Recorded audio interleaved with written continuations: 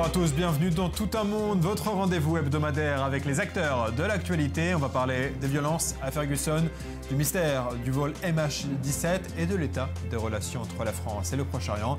Mais voici tout d'abord, comme chaque semaine, en quelques secondes, le bilan de 7 jours d'info. En Chine, la ville de Tianjin a été ébranlée par une catastrophe industrielle d'une ampleur gigantesque. L'onde de choc provoquée par la série d'explosions a tout soufflé sur des kilomètres autour de la zone de l'incident. On déplore des dizaines de morts et des centaines de blessés. Les peshmerga kurdes assurent avoir été la cible d'une attaque chimique au chlore en Irak. Ces allégations ont été relayées par le ministère allemand de la Défense.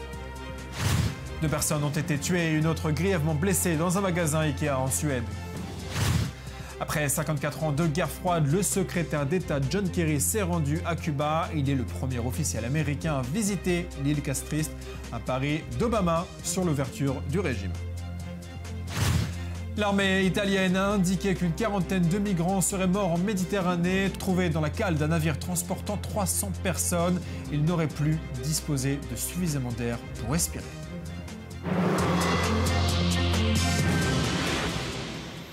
Une manifestation pacifique à Ferguson a tourné en violence, et ce alors que les participants à la marche marquaient le premier anniversaire de la mort d'un jeune noir tué par la police. Avec nous depuis les États-Unis, une militante noire qui a participé à cette manifestation et qui a été arrêtée. Bonjour Rachel. Merci de m'avoir invité. Alors, quelle est la situation aujourd'hui à Ferguson ? Eh bien, je ne suis plus à Ferguson, mais je viens d'en revenir. J'y ai passé une semaine avec d'autres militants d'une organisation qui s'appelle Hands Up United, fondée par des jeunes qui avaient manifesté à Ferguson l'année dernière. Ça fait 1 an qu'ils sont au front, qu'ils travaillent pour faire en sorte que tout le pays soit au courant de ce qui se passe. Ils montent des programmes pour la communauté, des programmes d'éducation, de technologie. Donc moi, j'y suis allée pour me montrer solidaire et je ne m'imaginais pas que cet anniversaire du meurtre de Michael Brown deviendrait une expérience aussi horrifiante et tragique de violence initiée par la police sur place. Pourquoi est-ce que vous avez été arrêté dans cette manifestation ?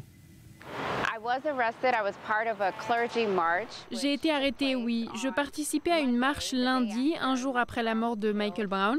C'était une marche pacifique qui partait de l'église jusqu'au tribunal de Saint-Louis.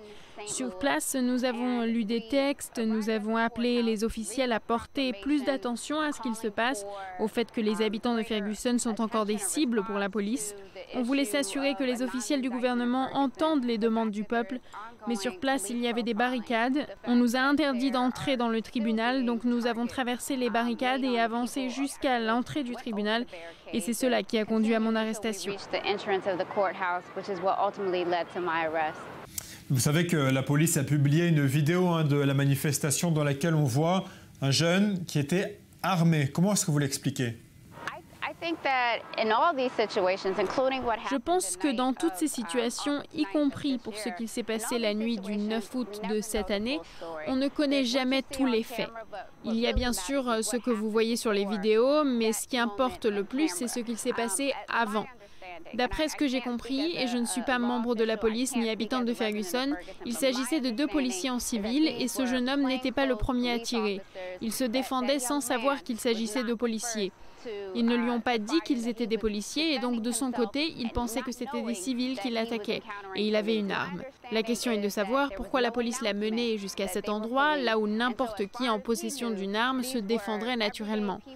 Nous avons beaucoup de questions concernant ce qui s'est passé cette nuit-là et malheureusement, on dépend beaucoup de la police pour ces réponses.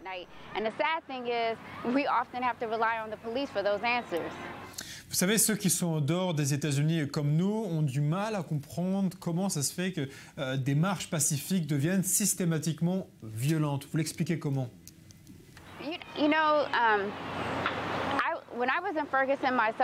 Vous savez, j'étais à Ferguson moi-même. Je sais ce que j'ai vu à travers les médias, mais je sais aussi ce que j'ai vu de mes propres yeux. Et ce que j'ai vu, c'était des manifestants pacifistes qui voulaient discuter, assis, prenaient des photos et jouaient de la musique. Et soudain, la police attaque la foule comme ça, sans aucune raison. C'était une expérience terrifiante. Merci beaucoup d'avoir été avec nous, Rachel. Merci. Inel Chek, bonjour. Bonjour. Bon retour, bienvenue à nouveau parmi nous après quelques semaines d'absence loin de Tel Aviv. Daniel Ezeri, bonjour. Vous, en revanche, vous ne nous avez pas quitté, pas encore. En tout cas, merci. Pas si loin quand même, il était à Paris. C'est Tel Aviv qui me poursuit. C'est vrai, et justement, on va parler. Merci pour cette magnifique transition. Donc cette semaine, il y a eu Tel Aviv sur scène avec le scandale, la plage, Gaza plage, Daniel Ezeri. Peut-être avant d'évoquer les côtés diplomatiques, peut-être rappelez-nous un peu ce qui s'est passé. Alors, il y a eu beaucoup de polémiques avant l'événement. Un événement qui avait été planifié, organisé par la mairie de Paris il y a déjà quelques mois, de faire Tel Aviv sur scène à Paris-Plage, comme chaque été, Paris-Plage. Rendre hommage à Tel Aviv. Et donc là, rendre hommage à Tel Aviv en une journée, jeudi dernier. Il y a eu des appels à annuler l'événement, notamment en particulier à la suite de ce qui s'est passé il y a 2 semaines avec le bébé palestinien mort brûlé vif. Les pro-palestiniens, les organisations pro-palestiniennes en France ont demandé à la mairie d'annuler cet événement qui met Tel Aviv à l'honneur et donc pour eux Israël à l'honneur. Donc le jour de l'événement, ça n'a pas été annulé, mais le jour de l'événement, grosse sécurité quand même, détecteurs de métaux, les fouilles, etc., policiers partout.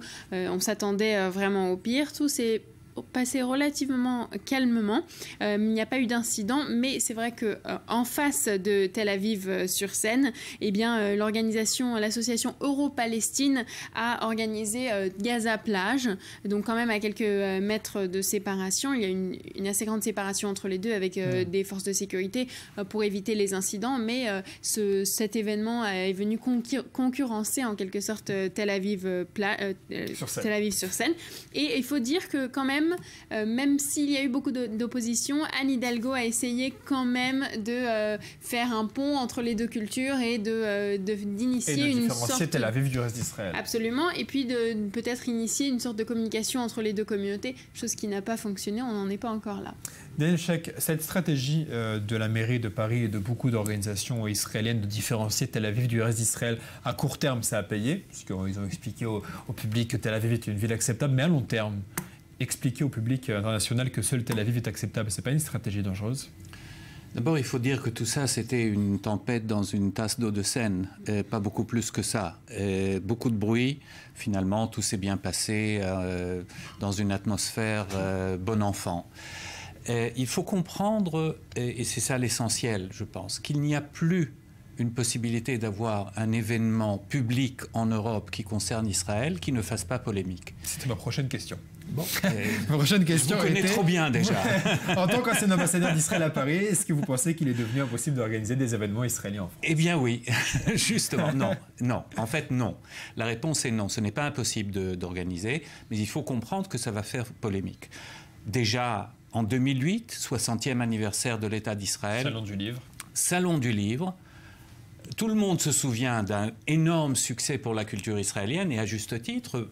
Mais moi, je me souviens à quel point ça avait fait polémique. D'abord, la décision du Salon du livre d'inviter Israël comme pays invité.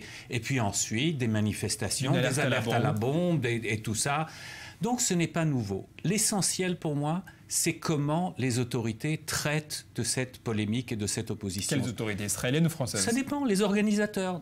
En l'occurrence, la mairie de Paris. Je pense que Anne Hidalgo et la mairie de Paris, d'abord dans leur décision de faire cette manifestation culturelle qui est un pont entre Israël et la France, entre Paris et Tel Aviv, c'est quand même une ville, Paris, ce n'est pas une représentation de la République française.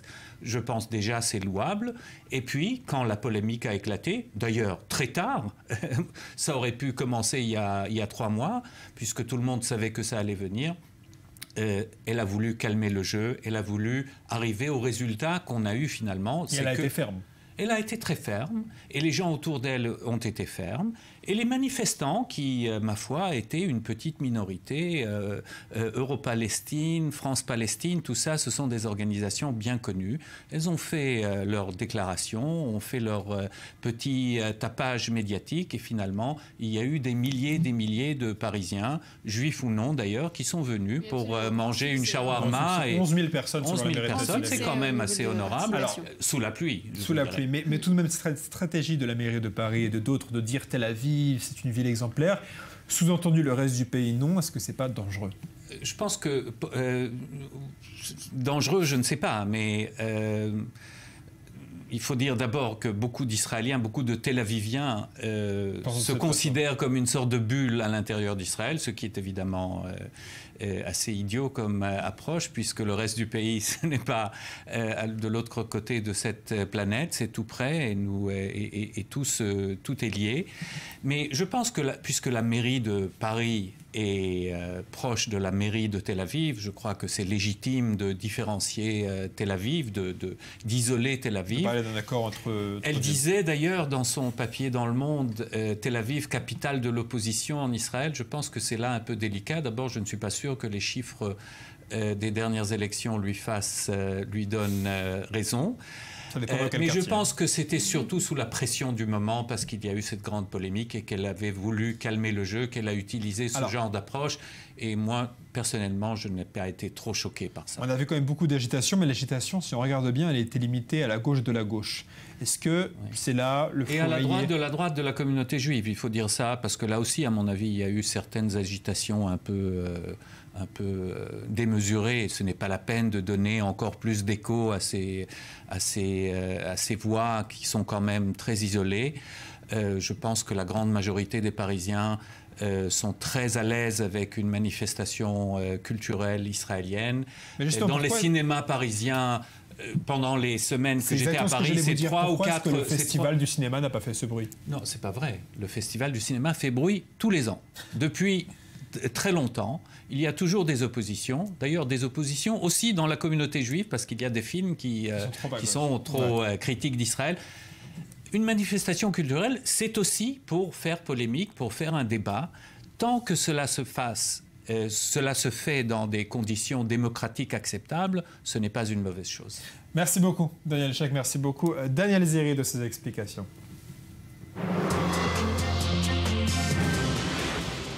Liana, le vol MH17 s'écrasait en Ukraine. L'hypothèse d'une implication de la Russie et des séparatistes pro-russes qui auraient abattu l'avion se trouve aujourd'hui renforcée.